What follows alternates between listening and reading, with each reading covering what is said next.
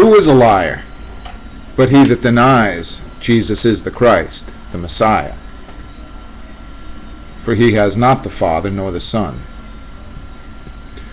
And when you set out to prove, or try to prove, that Paul had a strange gospel, you of course neglect to mention what was written by our brother Peter in his second epistle when he mentions the writings of Paul. When he says, "And account the long-suffering of God as salvation," as our brother Paul had written.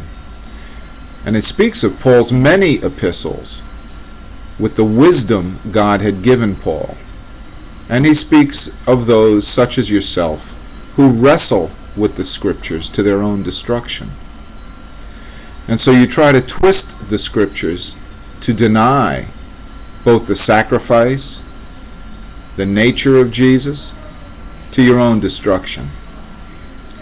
And when you say the God of Abraham is the God of Islam, you are wrong, and you are a liar. For God, in the Tanakh, in the writings, in the book, says, "It is in Yitzhak, it is in Isaac, that your seed shall be called." He is the God of Isaac, Jacob, and Abraham. I am not sure, and I will research, whether he ever refers to himself as the God of Ishmael. He agrees with Sarah, "Cast out the bondwoman and her son." And we know through the writings of Paul, and how you must hate him, that he speaks of the two covenants, one of bondage, the bondwoman, Hagar, and how the child of promise, Yitzhak, is the child of the covenant. And no wonder you hate Yitzhak, because the favor of God that is upon him speaks to the truth of you being out of God's favor. So when you say that Jesus' sacrifice is not sufficient, is not valid, because a high priest did not sprinkle his blood in the temple, we know that Jesus entered not into a temple made by hands. Jesus didn't enter into an earthly tabernacle, which is a copy of the things to come. Jesus entered into heaven itself, and there presented the blood of the sacrifice. And it is sufficient. And Jesus is, as he said, both the high priest and the sacrifice. You see, you say that he had to be sacrificed by a high priest, but he is the high priest. For Jesus said this, "No man takes my life from me. I lay it down of my own accord, and I have the authority to take it back up again. This command have I received from my Father." So Jesus is, like I said, both the high priest and the sacrifice. As to him being mutilated, in his flesh he was keeping with the covenant God had made with Abraham. In another place in the Tanakh, it speaks, "When you see his soul and make it an offering for sin."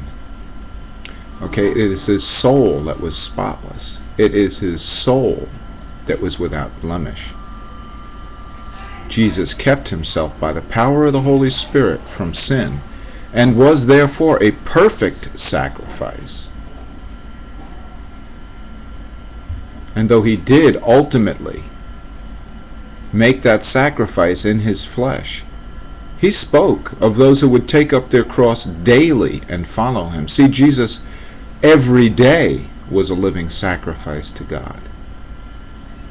It was finally culminated on Golgotha. But through his whole life, Jesus did not his own will.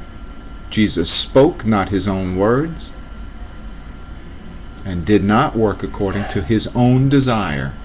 Every day, he died the death of a sacrifice to God. Now, ultimately, it did lead to his death, because the words that God had given him to speak were words that God knew very well would provoke men. These same words God still gives. You are very disingenuous when you mouth religious platitudes, when you mouth the things about Jesus as though you call him a prophet? The things that Jesus said about himself disqualify him from being merely a prophet. Oh yes, he acted as a prophet, and he spoke. He spoke of you. He spoke of scoffers. He spoke of evil in the last days being multiplied. But he is more than a prophet. He is king. He is Lord of all. And when one rejects him, when one rejects his lordship, and then sets out with lying arguments to try to undercut the reality of who he is, one places himself in a very dangerous position. Your soul is cankered, but there is time and there is mercy.